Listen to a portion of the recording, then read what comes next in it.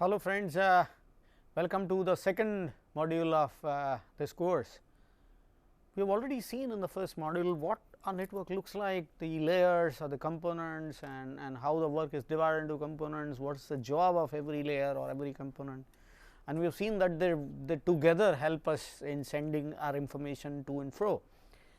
Okay. In this particular module, we will be delving deeper now, okay, and we will be learning about the protocol suite and the model itself. We have briefed about TCPIP model in the previous module, and we have briefed a bit about how the information is flowing, but here we will be doing in a little more detail. Okay. The TCPIP protocol stack is seen on the screen, you can see that. Okay, the top most or the leftmost here is called application layer, where you can have SMTP is something which is used for sending a mail and receiving a mail. FTP is used for sending and receiving a file.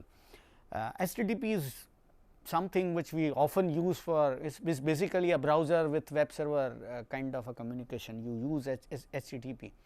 So, these are basically application layers. Okay. SMTP is an application layer, FTP is an application layer, there are many application layers. Okay. For every application we have that layer. Okay. And for the transport layer, remember the job of an application layer is to talk to application and get that information passed to the transport layer. The job of a transport layer to send it to the recipient.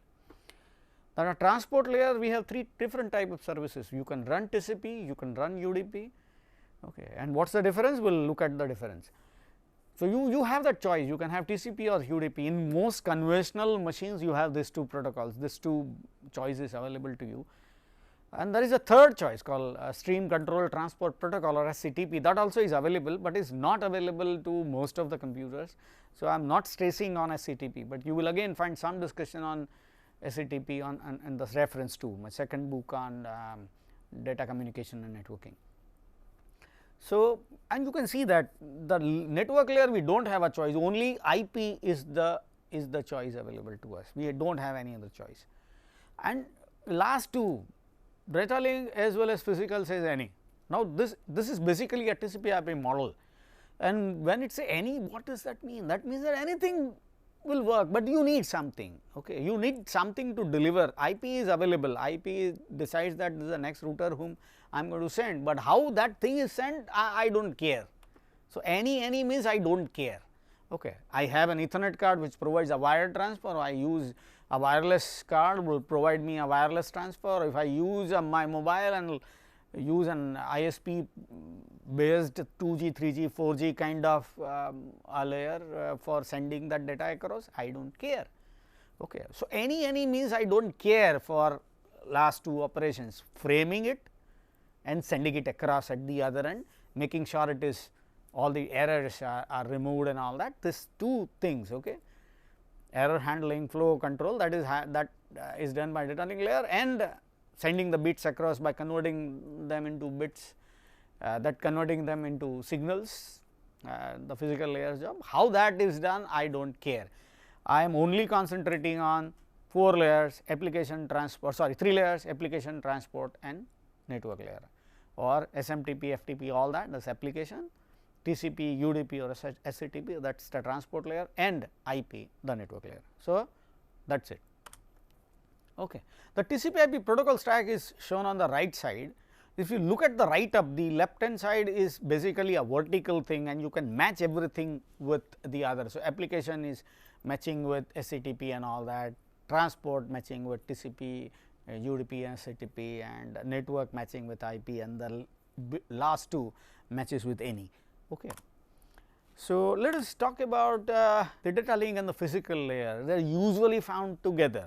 So, if you get a card, an Ethernet card or a wireless card or anything, or in a Wi-Fi adapter that you get in your smartphones, they contain both data link layer as well as the physical layer functionality together. Let me remind you, data link layer's functionality is to make sure that data is transferred in error free form with flow control. Okay. So, sender does not swamp the receiver, and physical layer's job is to convert those bits into signals, and at the other end from signals back to bits. Okay. So, the first thing that you come across are called LAN adapters or wireless adapter, wired adapters, Ethernet cards. These are all different names given to this data link and physical layer devices. Okay. And in some books you will find that TCP/IP model, application transport network layer, below that you have host to network interface kind of. Okay. So, these are different words used to describe the same thing. Basically, it is something which provides data link as well as physical layer connects functionality. But the word connection has two different meanings, and I would like to stress that thing right now. Okay. One is called physical connection. For example, now the word physical is very critical here, because it does mean something which is intangible. Let me give you an example. If I take a laptop and an Ethernet cable and just plug that thing, I have physical connection on a wired network. So, that is one example of physical connection. But if I do not do that, I connect to a Wi-Fi using my laptop, the very laptop that I connected using a wired, I still have that physical connection. This is not physical in true sense, but in networking parlance is still called a physical connection, which connects me to the router. Okay. If I use my mobile to connect to my ISP using 2G or 5G or 4G, whatever connection that I have, that is again called a physical connection. So, physical connection comes in two different forms, wired and wireless. So, that is physical connection. The logical connection is little different. A logical connection is about connecting after connection establishment process. If that happens, it is called connection oriented connection. If that does not happen, it is called connectionless. I have described that in the previous module. Okay, so the sender says, okay, I would like to send you something, do you accept? The other party says, yes, I will. And then you start sending it as connection oriented approach. In that case, you will have to terminate the connection as well at the end. At the end, you say that I don't no more data to send, please terminate this connection. The other party responds back, yes, I will. So, that is how the connection oriented connection happens. The connectionless connection, as I said, is very analogous to SMS. You just pump data in without really knowing, will reach to sender, will reach to receiver. Okay. So, connection oriented connection and connectionless connection are two different types of connections. Connectionless connection seems little ironic, but you can now understand. Connectionless connection is basically a physical connection is there. Okay. So, that is why it is connection, but is connectionless in the sense of logical, meaning you do not establish connection beforehand before sending. That is why it is called connectionless connection. Connection oriented connection has one big advantage.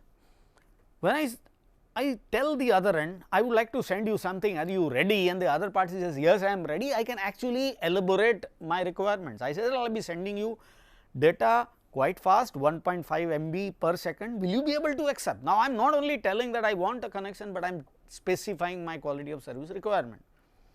And I want to send a video, I like to download a video, and I want that connection to provide me that service. So, connection oriented connection can additionally provide that thing. In connectionless connection, I cannot, because I am not establishing connection, I am not asking anything to the other end, I cannot come to any sort of conclusion or sort of agreement about what I am going to do and whether the other party is ready. In fact, connection oriented connection is also possible when there are multiple routers around. You can tell each and every router in the path to say, okay, will you be able to provide me 1.5 MB bandwidth sustained? Can you free your resources for 5 minutes for which I am going to do this? And the router says, yes, I can, you can accept that router, and if the router says no, you will pick up some other router along the path and choose the path which provides you that service. Once you do that, you can guarantee that service to the application layer, and that is why it can handle this quality, and it provides that consistent service throughout. Once it is there, it will consistently provide it. Okay. One problem with connectionless connection is that when there are a lot of people sending, when there is a calamity and everybody starts sending, calling others, sending data, will not be able to connect to anybody, because it cannot work. Okay.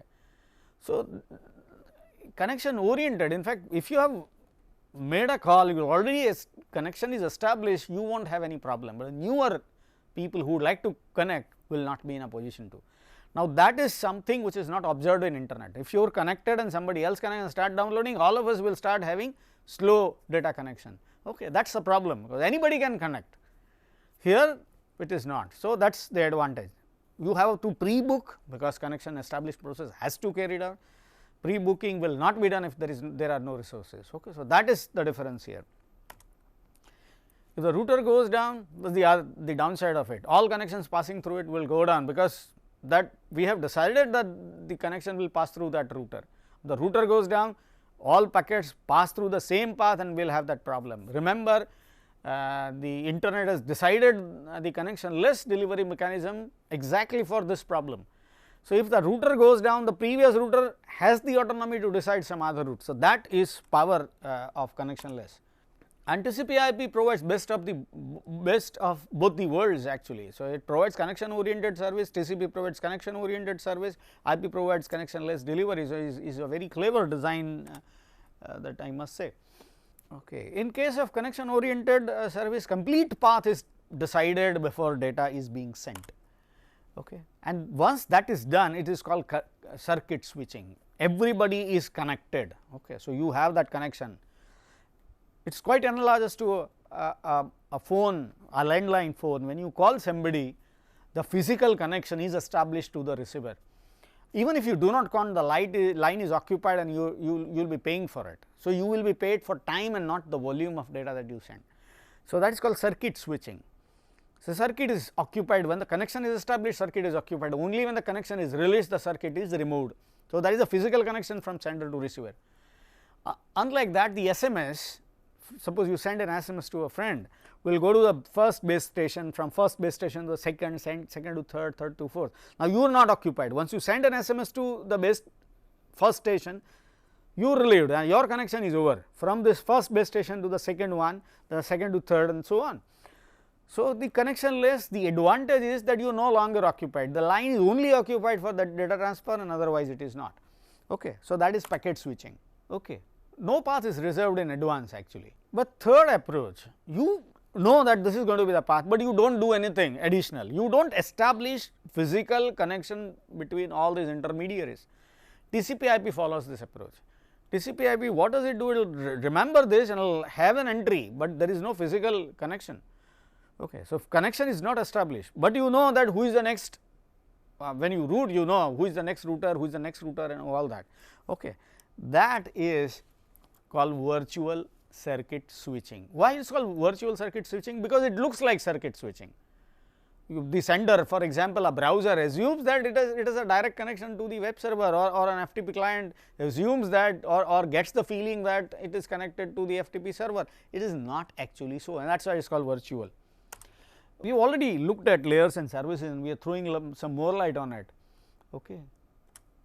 For example, we have seen that last two layers you can use an Ethernet card or whatever, and the TCP/IP model does not really bother about how those services are provided. Okay.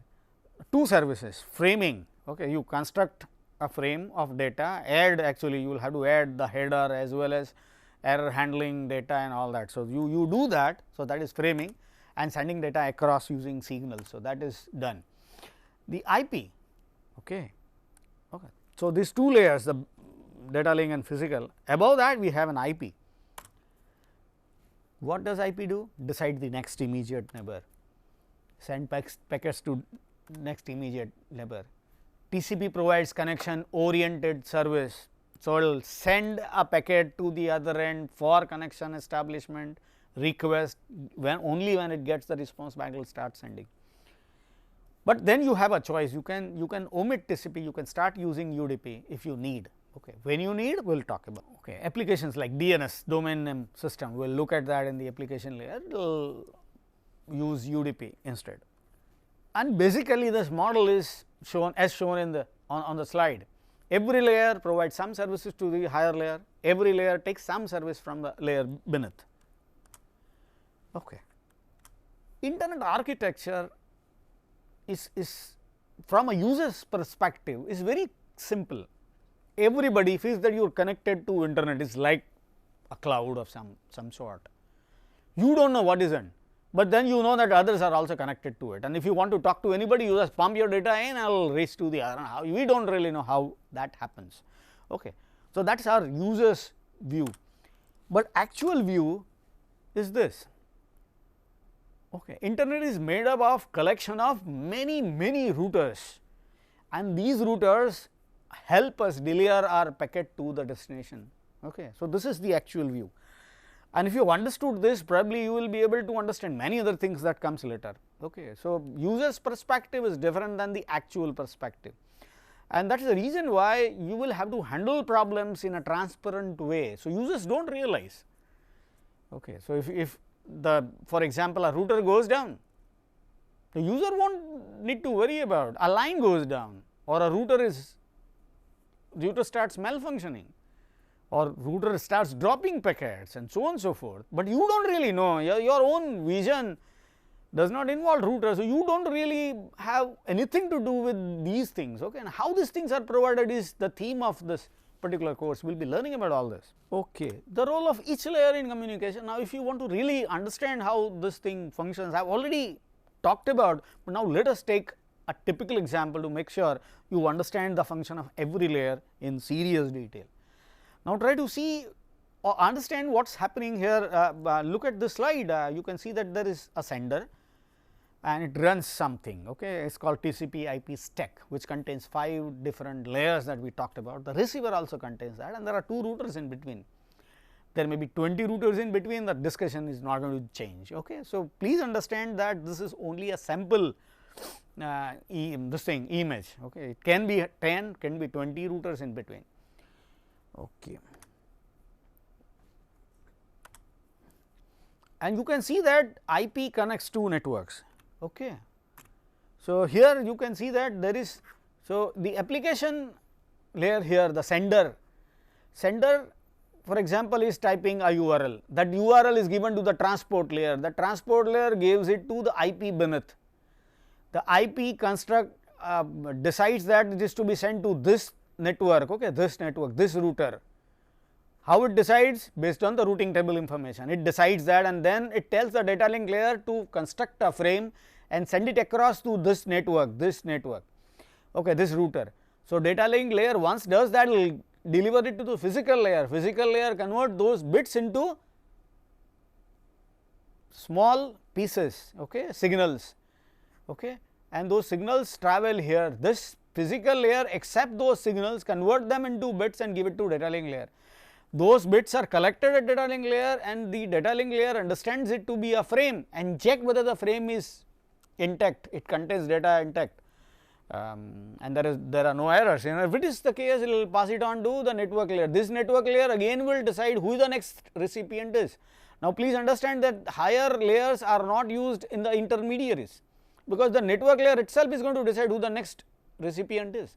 So, it will come here, the URL, okay, the URL is being sent here. This network layer decides that this next router is this, the router number 2 will okay, and then will construct a new frame, pass it on to the physical layer, and that this physical layer send it to this physical layer. Now, it is quite possible that this particular connection from this sender to the first router is wired, from first router to second router may be wireless, and from second router to the third may be again wired. Okay. So, every time a different frame is to be constructed and sent. Eventually, when this physical layer receives that frame, will pass on to the data link layer, will turn past that to network layer realizes that is my own, I am the receiver. So, it will pass it on to the transport layer. Now, these transport layer get the message that this transport layer has sent the URL, which is obviously being embedded in transport layer header. So, it will send the acknowledgement back in the same manner, okay, to this transport layer. At this point of time, this transport layer understands that this URL is received by the web server. Now, this transport layer or TCP provides this information to application layer, okay, the web server. Now, the web server generates a response and use the same process to send it back to the application layer. Okay. So, this is the role of IP in interconnecting. So, you can see that every router, the network layer decides who is next. So, role of IP is very critical in deciding this. Okay. So, that is the point here, but then peers required to talk to each other. You can see that physical layers, two physical layers need to talk to each other. Okay. An Ethernet card is sending a frame, this Ethernet card should receive that frame and should be able to understand what is being sent. Okay. If the first is destination address, here the frame should also understand it to be destination address and not the customer's name. So, that is the physical layers problem. Data link layer similarly has to do it. Okay. So, if physical layer, when it sends a signal, understand this receiver must understand the signal. For example, you are sending plus 5 volt, the receiver should understand it to be 1, okay, and minus 5 should understand 0. If that is the case, they should be able to communicate. When a frame level, it is data link layer's job. A data link layer should be able to talk to this data link layer in a way that a frame is being sent, the data link layer at this end must be able to clearly perceive what are the contents of that frame. Okay. So, that is, I have already told you, if there is an error, then it should take an appropriate action. Okay. Network layer also needs communication between peers. Anyway, I discussed that thing, because whenever there is a routing process, every network layer talks to the next immediate routing network layer or the router. So, this network layer, you need this kind of interaction. In fact, every one needs. The transport layer also, TCP to TCP, I have already told you, the sender's TCP talks to the other TCP. If the data is received intact, it is fine. If it is not, is received, it will send an acknowledgement, so it will understand that the data is received. If it is not, again it will send the information back, and the receiver will, the sender will be able to, will resend that, called retransmission. We have already seen that. So, that is about this thing. And when we talked about client server communication, is basically two peers of application layer communicating with each other. I have already discussed that, I am not stressing that thing more. The process which is carried out in making sure two peers communicate is called a protocol, which I mentioned that thing in the previous module. Okay. Application layer protocols are quite readable. For example, if you are using an FTP, you know the commands that you provide, and the other end what are the commands which the other end is going to respond with. So, if you type ls, you know what you are typing. When you get the list of files, you know exactly what it is. So, these are very readable, but other layers also communicate. TCP to TCP also communication is done, IP to IP is done. It is not all that readable fashion, because it is not for us, it is for those entities to talk to each other. So, that is a protocol. The next okay, there are some analogy that are provided on the next slide. For example, is kind of protocol is like something that you often do. For example, you meet your friend in the morning, say, hi Bhushan, good morning, that is your protocol, and I would respond back, okay, hi, yes, I am fine, that is the response. So, it is not only about two entities talking, but the sequence of message exchange also is very critical. So, the sender sends good morning, the other party says I am fine, kind of a communication. Okay. So, there are a few communication some protocols that we use in day to day life is also shown. Some basic features of the protocol are shown on the next slide. First thing, there are multiple parties involved. There are some senders, some receivers. In some cases, there are multiple senders and multiple receivers, but usually there are two guys, two parties. One is sending, other is receiving. And let me tell you this. Many a times I use word sender and receiver, and in my book also you will find word sender and receiver. But then both parties are sending at the same point of time and receiving at the same point of time is also possible. So, a better word is initiator and responder, but that will usually adding one more complexity to this already complex problem. So, I am not doing it. So, when I say sender is the person who is initiating and receiver is a person who is responding, but then after that anybody can send at any point of time and the other party can respond. So, that is the point here. Okay. So, the protocol act usually begins with an introduction of some sort, and then both of them go to their own business, they talk to each other and complete the job. Okay. And the protocol is about not only about what to send, but in which sequence as well, and we will soon see an example. Okay.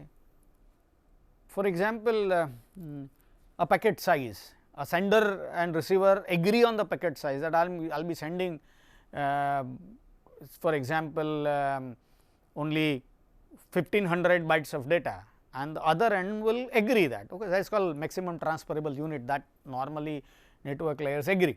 So, that is also possible. Okay. So, basically a feature protocol can even provide that. Okay. There is one example that shown on the screen. There is the first line says S colon 220 is a message that the sender is sending. The server actually is sending. When you communicate, when a mail client talks to a mail server, this is usually the first line that you receive. Okay. It says glsict.org ready. Server says I am glsict.org and I am ready. The client responds back with hello and the name of itself. Okay. The first part, which is not embedded in this thing, the braces, is what server sends, and what comes later is the explanation that I have provided. And you can see that there is a typical sequence going on. Sender is sending something, the client is sending back something.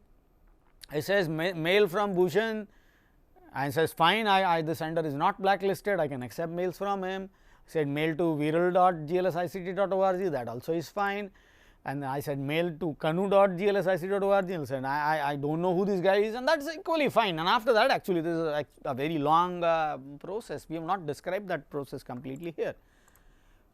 So, that in this protocol you probably have seen that there is a sequence, and what server sends in the beginning is very clear, that I will be sending 220. What the client respond back is also very clear. So, there is a clearly designed and defined sequence of operations. Last few slides talk about some of the standardization bodies used for defining things in networking, and I will not be discussing them here, but you can read that thing from the website or handout or the books that I have given you as a reference. Because there is nothing logical about that. Standardization bodies like IEEE, for example, is something which provides standardization for Ethernet and other cards, or the physical and data link layer, the standardized. IETF, an Internet Engineering Task Force, provides standardization for the higher and top part. It provides standardization for TCP, IP, and even the application layer protocols like SMTP and all that. So, if you design a new routing algorithm for example, and you would like world to use it, you will have to get it registered to IETF, and IETF approves your routing that thing, that will be, it will act as a standardized routing algorithm, and people may start using it, and that is what people have done actually.